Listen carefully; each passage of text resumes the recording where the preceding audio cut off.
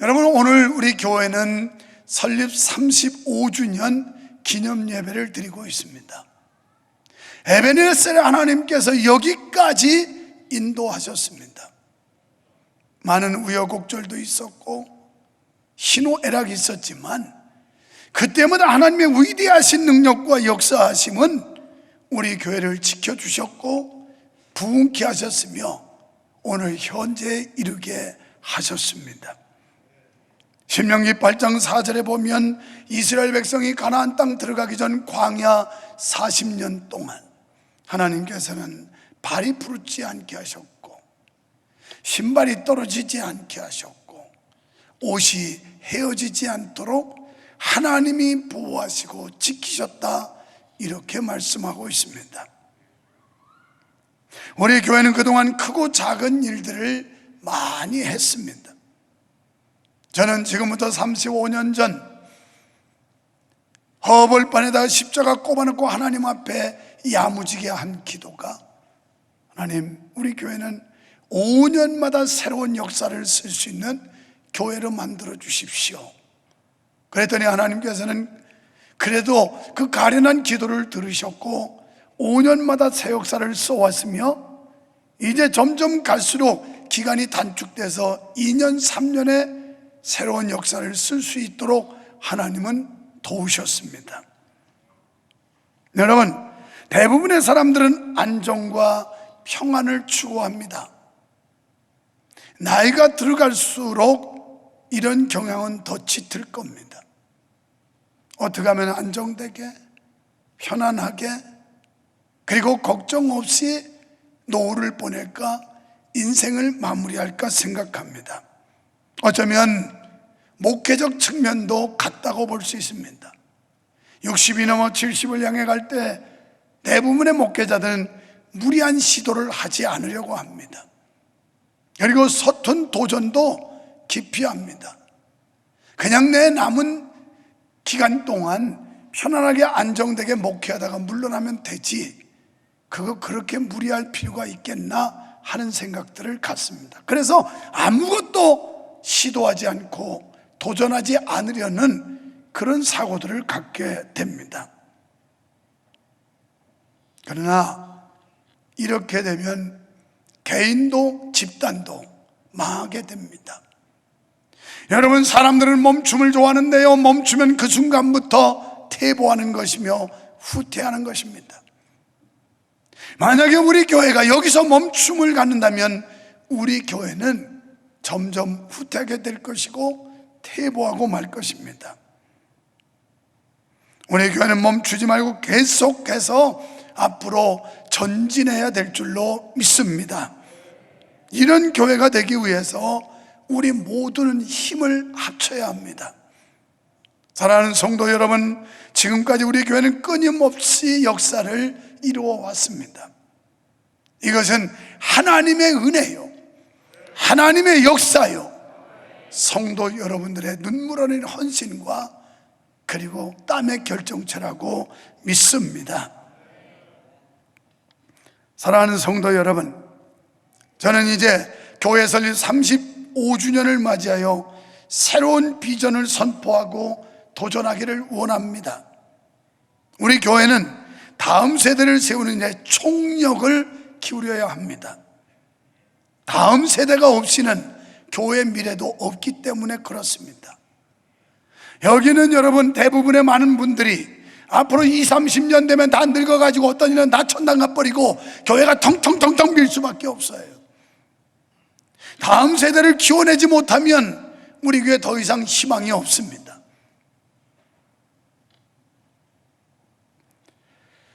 여러분, 교육을 100년 대계라고 하는 말을 합니다. 이 말은 겉뜻은 100년 동안이라는 말이고 속뜻은 먼 장래를 보고 세운다는 계획입니다.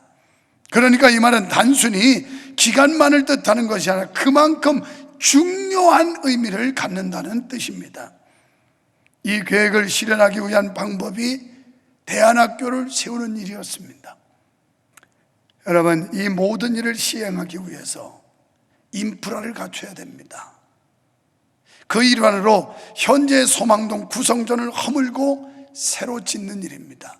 이제 곧 설계할 겁니다. 착수는 아무래도 2년 안에 하지 않을까 하는 생각. 그러면 10주년 만에 또 도전하는 겁니다. 10주년 만에. 여러분, 좀 이런 꿈 좀 같이 꾸자고요. 내가 무슨 여기서 영원히 죽을 때까지 목사할 사람도 아닌데 같이 좀 꾸자고요. 꿈 좀. 이게 다 우리 다음 세대 살리고 하나님의 뜻을 이루고 하나님의 경륜을 이 땅에 실현하는 일인데 우리가 무관심해서 되겠습니까? 그러면 이런 계획이 꿈만 꿔서 되느냐, 현실로 이루어지기 위해서 어떻게 해야 될까요? 우리는 갈렙과 같은 믿음을 가져야 합니다. 갈렙의 믿음은 어떤 믿음이었을까요? 먼저 말씀에 굳건히 선 믿음이었습니다. 그러니까 곧 하나님의 약속을 믿는 믿음이었어요. 9절에서 내가 나의 하나님 여호와를 온전히 쫓았은즉, 갈렙은 45년 전 40세의 모세의 명을 받고 가나안 땅을 정탐했던 정탐꾼의 한 사람, 그리고 모세의 최측근이요, 그리고 수제자라고 할 만큼 모세의 사랑과 아낌을 받았던 여호수아 갈렙. 그러면서 약속을 받고 45년이 지난 자신을 살게 하신 하나님의 뜻이 있다고, 나를 왜 45년이 지나도록 하나님이 살려주셨을까?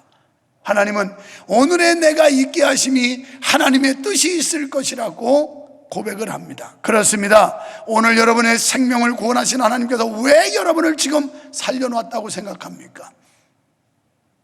분명히 여러분을 통한 하나님의 계획이 있으시고 하나님이 하고자 하시는 일이 있다는 사실을 믿어주시기를 축원합니다. 건강을 주심도, 재물을 주심도, 재능을 주심도 모두가 다 하나님의 영광을 위해 쓰라고 주신 겁니다.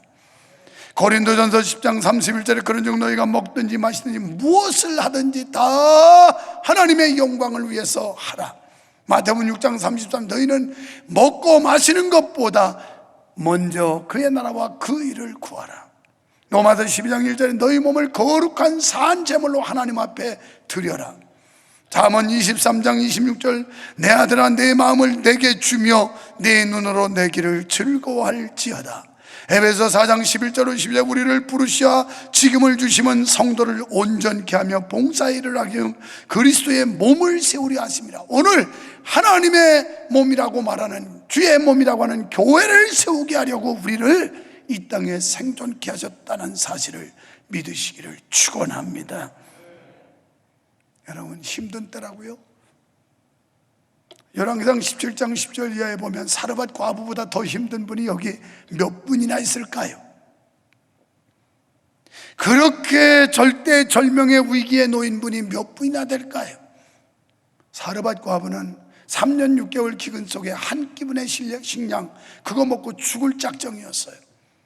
그런데 엘리야 하나님의 종이 그것을 내게 먼저 가져라, 그럴 때 그냥 믿음으로 결행했더니 3년 6개월 동안 가루단지 가리와 기름병의 기름이 마르지 않는 기적을 보았어요. 나는 목회하면서 여유가 있어 하는 사람도 봤지만 대부분이 여유 없는데도 불구하고 정말 주님 사랑하고 교회 사랑해서 내는 사람들을 많이 보았습니다. 두 번째는 지칠 줄 모르는 믿음이었습니다. 갈렙의 나이는 85세라고 말씀하고 있어요. 이 정도 되면 자기 노를 지탱하기도 힘들 나이예요. 그리고 모든 게 안전하고 평안하게 노후를 보내고 싶은 그런 나이라고요. 젊은 사람도 도전하기 힘든 일에 85세 노인이었던 갈렙이 아직도 헤브론 산지라고 하는, 그때 당시에 척박한 땅이었지만 이것을 점령하지 못해서 이 땅을 자기가 점령하겠다고 청구하는 겁니다. 여기는 어떤 곳이냐? 아낙 족속들이 아직도 버티고 있는 곳이에요. 45년 전에 정탐꾼으로 갔을 때 10명의 정탐꾼이 간담을 녹였다고 하는, 오늘 말씀해 본 8절에 내 형제들은 백성의 간담을 녹게 하였으나 아낙 족속을 보고 기절초봉을 했어요. 이렇게 무서워했던 민족, 그들이 족속들이 살아서 지금 버티고 있는 땅이에요. 이걸 정복하겠다는 겁니다. 12절에서 그러나 하나님께서 함께 하시면 이길 수 있다고 말씀합니다. 마가복음 9장 23절에 할 수 있거든이 무슨 말이냐? 믿는 자에게는 능치 못함이 없느니라. 빌립보서 4장 13절에 보면 내게 능력 주시는 자한테 내가 모든 것을 할 수 있느니라. 할렐루야. 눈달 번쩍 뜨고 새벽 기도도 안 하는데 철야도 하면서 다 왜 눈 감고 있는 사람이 더러 있어요. 예배가 좀 길어졌다고? 아직 멀어서 끝날라면.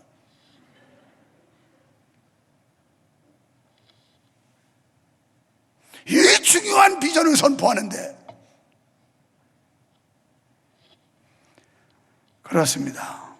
오늘 우리에게도 하나님이 함께 하신다는 믿음이 있으면 얼마든지 됩니다. 저는 지금까지 35년 동안 하나님 백 믿고 여기까지 왔고, 하나님이 함께 하신다고 믿음 가지니까 역사가 나타났고, 하나님은 오늘의 우리 교회를 만들어 주셨어요. 믿으시기 바랍니다. 11절의 고백은 그의 믿음이 85년 동안 시종여일했다는 거예요. 변함이 없었어요. 여러분, 오늘 우리에게 이렇게 변치 않는 믿음이 있을까요? 초심이 변하지 않고 시종여일한 믿음을 가지고 있을까요? 핑계가 많죠. 나이가 많아서, 경제권이 없어서, 몸이 약해서, 아이가 어려서, 거리가 멀어서, 또는 바빠서. 어제 성준이 결혼 주례하면서 제가 그랬어요. 목사님은 결혼 주례를 짧게 할 테니 나머지 결혼 주례사는 엄마 아빠에게 들어라. 내가 지금까지 많은 사람 스쳐갖고 만났지만 우리 장로님, 권사님 20년 동안 지내오면서 그 한결같음, 이렇게 신실하고 성실하고 충성된 믿음을 가진 분이라면 엄마 아빠에게 주례사를 평생도록 듣도록 하여라. 제가 그랬어요. 여러분, 어떻게 여러분 자녀에게 그런 흔적 남겨서 그렇게 여러분의 교훈을 줄 수 있다고 생각하나요? 세 번째, 예의 바른 믿음이었어요. 여러분, 여호수아 갈렙은 대등한 관계에 있었어요. 그런데 가나안 땅에 정복하면서 모세가 죽으면서 위치가 바뀌어요. 가나안 땅에 들어갈 때 여호수아는 총책임자였고 최고 리더였어요. 그러면서 갈렙은 2인자로 내려앉아요. 우리들 같으면 여호수아, 내가 가서 저거 전쟁에서 뺏을게. 알았지? 괜찮지? 이럴 것 같아요. 건덩하고. 그런데 깍듯이 예의를 갖춥니다. 그리고 지도자인 여호수아에게 청구를 해요. 당신도 알지 않습니까?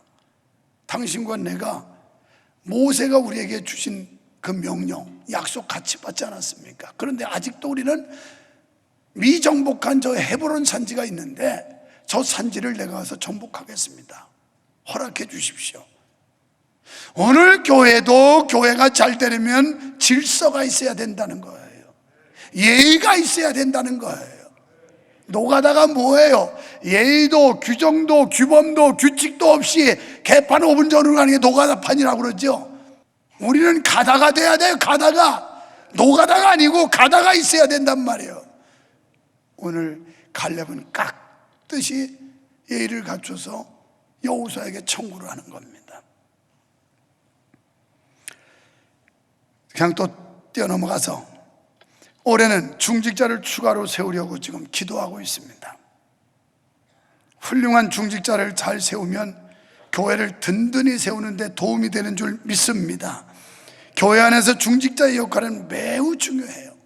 출애굽기 18장 21절 이하에 보면 이드로 제사장이 자기 사위 모세에게 혼자 모든 걸 다 하느라고 너무 바빠가지고 그걸 보고 이제는 직분자들, 중직자를 세워서 그 사람들에게 분담을 해주라고 그렇게 부탁을 해요. 그때부터 생기게 되는데, 중직자는 교회 무거운 짐을 나눠줘야 중직자입니다. 그러려면 매사의 중직자는 앞장서야 합니다. 모든 사람들보다, 모든 면에서, 예배적인 면이나 헌금적인 면, 모든 면에서 앞장서야 됩니다. 그리고 공과 사를 구분할 줄 알아야 됩니다. 경건과 진실과 청렴으로 무장된 정의의 일꾼이 되어야 합니다.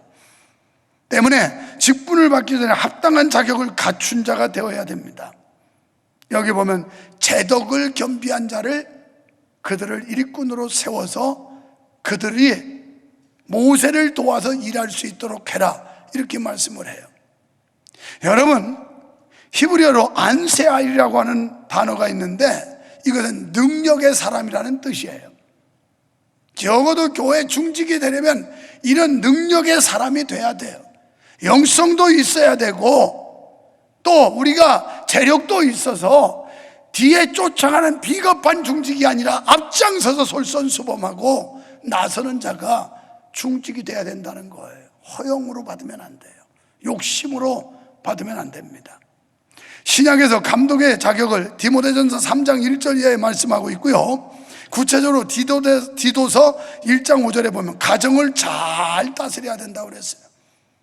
교회 중직자 가정을 잘 다스려야 돼요. 지금 여러분의 자녀가 믿음 안에 바로 서서 있습니까? 여러분이 못하는 자녀 교육 교회가 책임지겠다는 거예요. 여러분의 자녀 하나님의 기업이요 선물인데 예수 못 만나게 한 거 교회가 학교 세워서 바로 세우겠다는 거예요. 7절에는 재고집대로 하지 말라는 거예요. 재고집. 고집불통이 돼가지고 아무리 내 의지가 강하고 내 개성이 강해도 성경이 아니면 아닌 거예요. 꺾어야 돼요. 꺾어야. 고집 부리지 말라는 겁니다. 또 술을 즐기지 아니하고,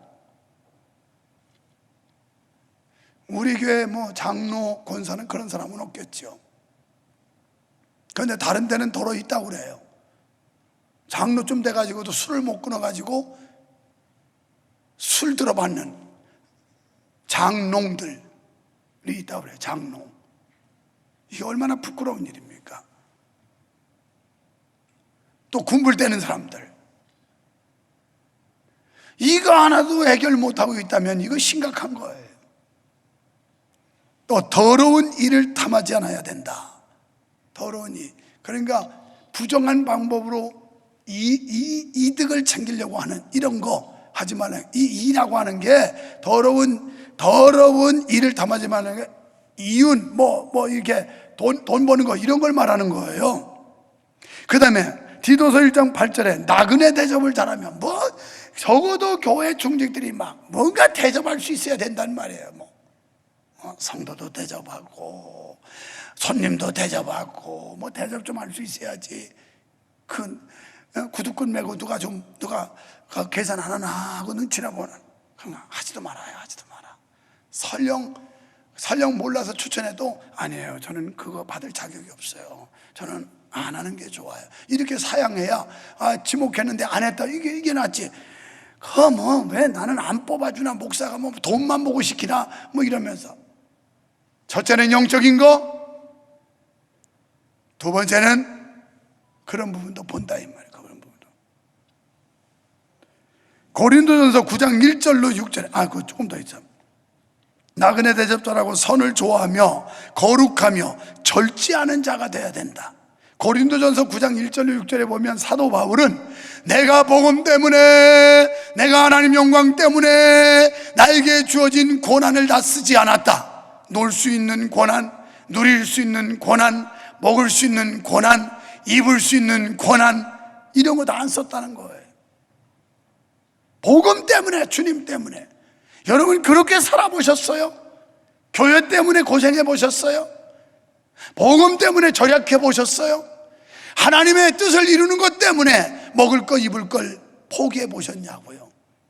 사도 바울은 그렇게 살았다는 거예요. 우리 있어서 하는 거 아니에요. 없어도 믿음으로 하는 거예요. 오늘 선포하는 이 비전, 여러분 모두 동참해서 우리가 그것 때문에 꺼림직해서 은혜 쏟지 말고 기쁨으로 동참함으로 여러분 은혜로운 삶이 되시기를 주의 이름으로 축원합니다. 축원합니다.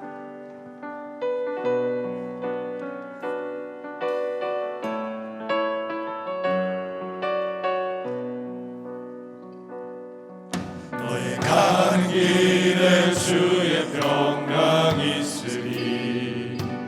평강의 왕 함께 하시니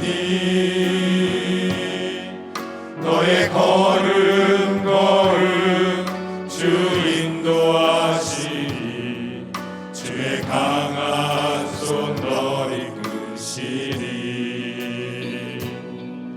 너의 가는 길에 주의 축복 있으리. 영광의 주 함께 하시니 내가 밟는 모든 땅 주님 다스리리. 너는 주의 길 예비케 되리. 주님 나라 위하여 길 떠나는 나의 형제여, 주께서 가라시니 너는 가라. 주의 이름으로 거치는 광야 위에 꽃은 피어나고 세상은 내 안에서 주님의 영광 보리라. 강하고 담대하라. 세상 이기신 주 늘 함께 35년 동안 함께 하신 하나님이 앞으로도 늘 항상 우리와 함께 하심을 믿습니다.